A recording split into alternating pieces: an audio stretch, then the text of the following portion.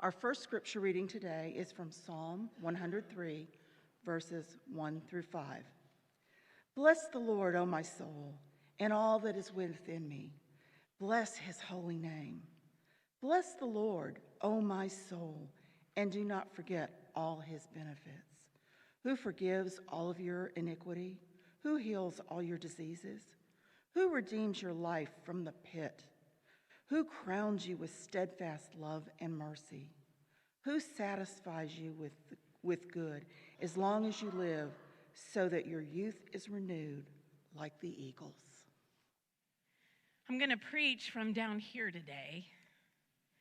I can't really tell you why, except for the fact that I just wanted to be closer. Our gospel lesson today comes from John chapter 5, beginning at verse 1. Listen again for God speaking to you. After this, there was a festival of the Jews, and Jesus went up to Jerusalem. Now in Jerusalem by the sheep gate, there is a pool called in Hebrew Bethzatha, which has 5 porticos. In these lay many invalids, blind, lame, and paralyzed. One man was there who had been ill for 38 years. When Jesus saw him lying there and knew that he had been there a long time, he said to him, "Do you want to be made well?" The sick man answered him, "Sir, I have no one to put me in the pool when the water is stirred up, and while I'm making my way, someone else steps down ahead of me." Jesus said to him, "Stand up, take your mat, and walk." At once, the man was made well, and he took up his mat and began to walk. Now that day was a Sabbath. So the Jews said to the man who had been cured, "It is the Sabbath. It is not lawful for you to carry your mat." But he answered them, "The man who made me well said to me, 'Take up your mat and walk.'" They asked him, "Who is the man who said to you, 'Take up your mat and walk'?" Now the man who had been healed did not know who it was, for Jesus had disappeared in the crowd that was there. Later, Jesus found him in the temple and said to him, "See, you have been made well. Do not sin anymore, so that nothing worse happens to you." The man went away and told the Jews that it was Jesus who had made him well. Therefore, the Jews started persecuting Jesus because he was doing such things on the Sabbath. But Jesus answered them, "My Father is still working, and I am also working." For this reason, the Jews were seeking all the more to kill him, because he was not only breaking the Sabbath, but was also calling God his own Father, thereby making himself equal to God. This is the word of the Lord. Thanks be to God. John reports only 7 miracles in his gospel. He calls them signs. A sign is something that points us to something else, something beyond itself. It gives us direction. The signs in John are clues to who Jesus really is. The first sign is wine, in which we see Jesus' extravagance, abundance, and joy-giving, which are all characteristics of God. The second sign is healing. Jesus spoke and healed a Roman official's son. Jesus didn't have to touch him or even see this boy to heal him. Today's sign is another healing story. It's always tricky to preach these healing stories. They're controversial. So I feel the need to be clear about where I stand. I believe in miracles. I have seen many people healed. I've laid hands on people who have recovered against all medical predictions. I'll tell you a story about that in a couple of weeks. Others I've seen healed with the help of excellent medical care.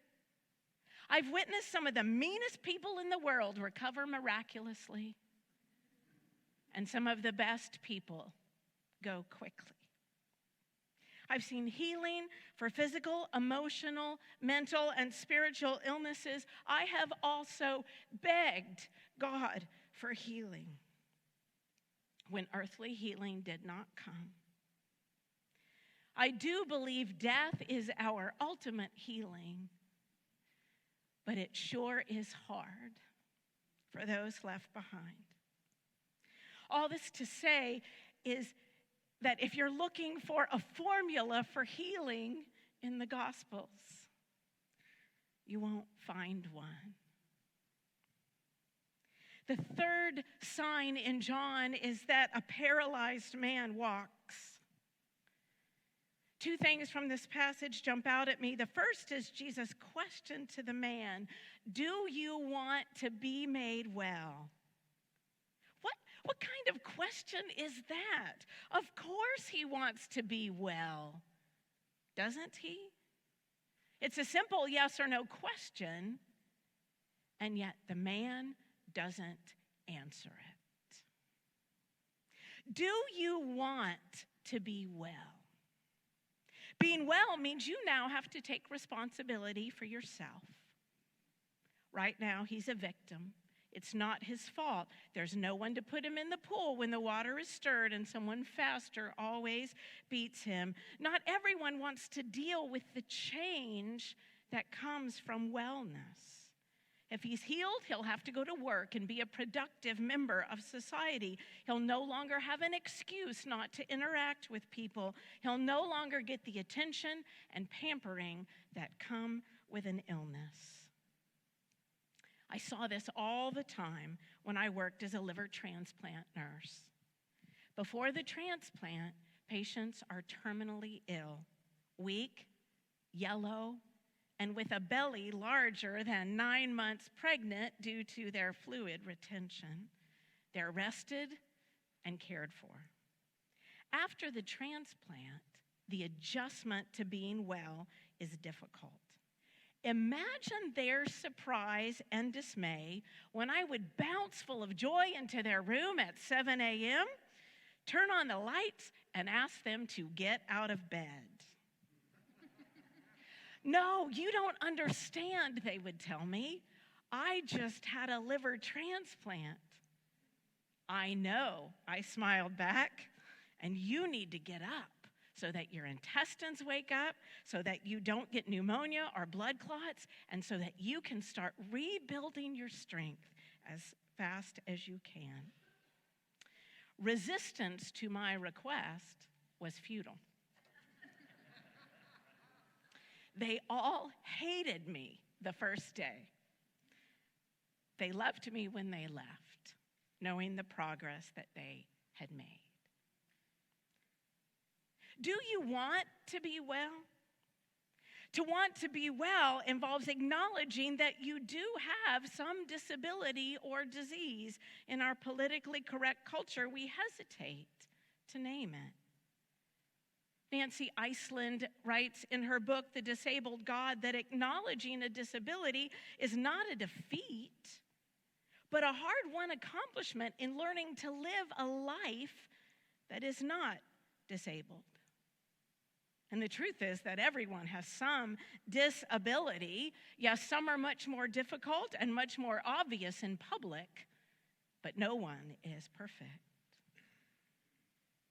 What if being made well means I won't be as unique or as perfect for what God has called me to do? Even though Paul begged 3 times to be healed of the thorn in his side, which scholars guess could have been a hunchback or bad eyesight or epilepsy, God said, "No. My grace is sufficient for you." Paul was given the grace and power of God to labor with his affliction, which showed God to be that much more powerful. When Jack's college roommate Steve called to tell us that his firstborn son Daniel had been born, he didn't sound upset. You see, as soon as he was born, the doctors whisked Daniel from the room. A little while later, the doctors called Steve out of the room, and he could tell immediately that something wasn't quite right. They informed him that Daniel had been born without a left hand. And waiting a second for that shock to sink in, then they told Steve that his son was also born without feet. Unfazed, Steve responded, "Is that it?" Once they reassured him that other than the limb deficiency, everything else was normal about Daniel, Steve asked them to allow him to talk with his wife first. Steve, alone in the operating room with Lynn, explained the situation to her, who looked into Steve's eyes and said calmly, "Is that it? Bring Daniel to me." Their number one concern became, how can we best help him to be all that God is calling him to be?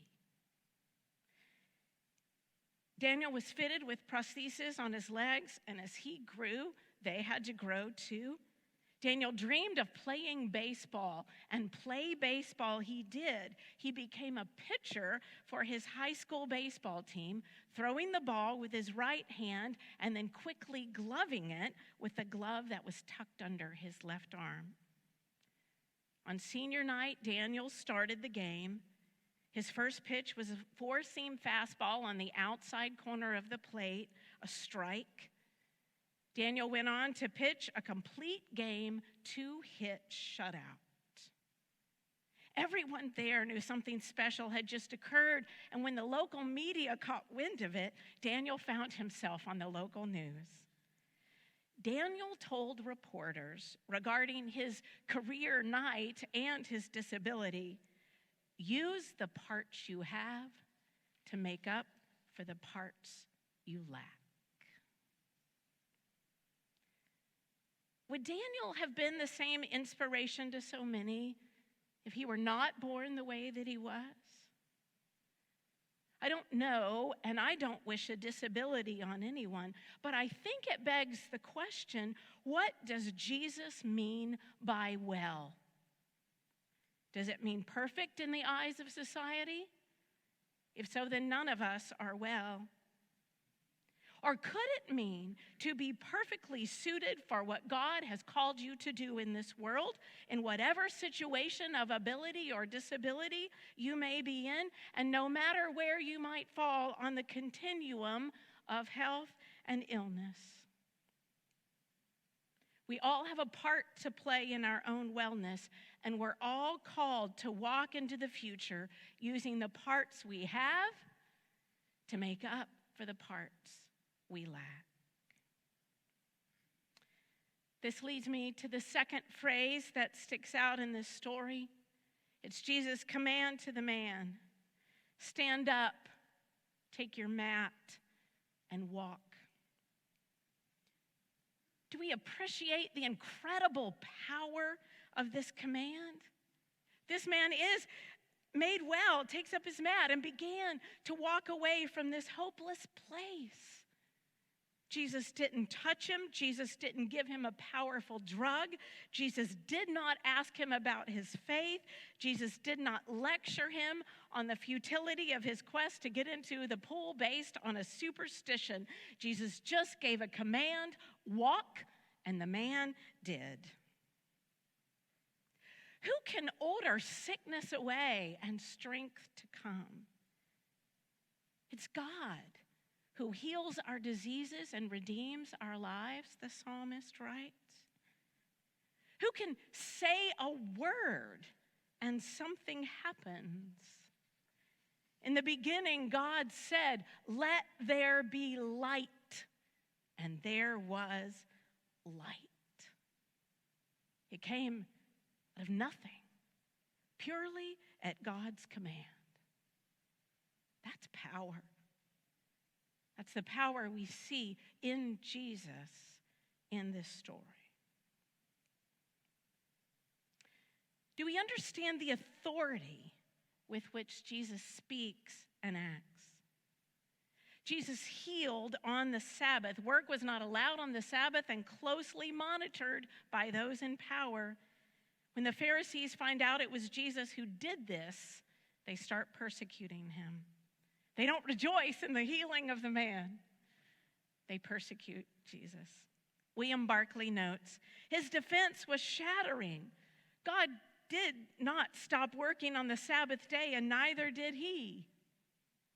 True, according to the creation story, God rested on the seventh day, but God rested from creation, not the higher works of judgment and mercy, compassion and love. Those still went on. Jesus basically said, even on the Sabbath, God's love and mercy and compassion act, and so do mine. Jesus was putting himself equal with God. No wonder the religious leaders wanted to kill him. It is God who commanded the Sabbath be kept. It is God who has the authority to do God's work any place, any time. It is God who we see revealed in Jesus Christ, who insists that people are more important than rules. The Sabbath was made for workaholic humans, Jesus tells his disciples in Mark's gospel, not humans for the Sabbath. And finally, do we notice Jesus' compassion in this story? Jesus just happens to be in Jerusalem walking by. He sees this man. He really sees him into his head and his heart. He knew he'd been there a long time. The man did not ask for healing. The man had no faith in Jesus. He had no idea who Jesus was. Jesus just walked into the largest outdoor hospital in Jerusalem and picked out one man to heal based on nothing but his own compassion. In Jerusalem at festival time, if Jesus had healed everyone, riots would have broken out and bloodshed would have followed.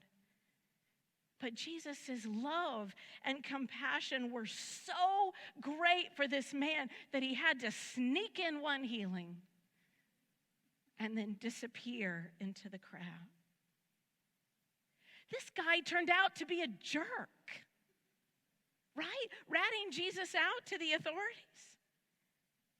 And yet Jesus' compassion outweighed all this man's faults and frailties, and he helped him. The character of God has been described by his people from the beginning. The Lord is good to all, and his compassion is over all he has made, the Psalms declare. Jesus tells us that God is even kind to the ungrateful and the wicked. We see God's compassion in this miracle from Jesus. It's always tricky preaching these healing stories. Questions naturally arise. Why wasn't everyone around the pool healed? Why did it take 38 years for this man to find some relief? Why him? Why now? I don't know the answer to these questions. But I remember what Pastor Wilson told us last week. Jesus' miracles are so much more than a show. They go far beyond and so much deeper than some sort of visual spectacle for the crowd. Jesus is the ultimate healer, and we all need to feel that deep down in our bones. Even when we don't see it, we should have such a deep faith and belief that when Jesus speaks, the world will move.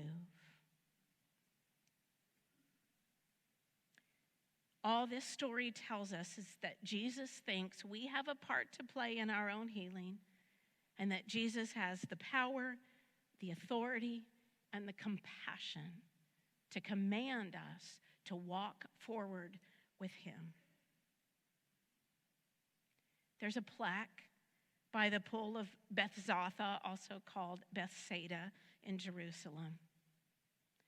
I believe what it proclaims. Jesus is all-powerful, omnipotent. He always has ways and means to help you. If we or someone we love is ill in body, mind, or spirit, there's no more powerful person to whom we can go to help and heal us, to allow us to walk into the future with hope. And whenever someone walks with newfound health and hope, it's a sign of God. Amen.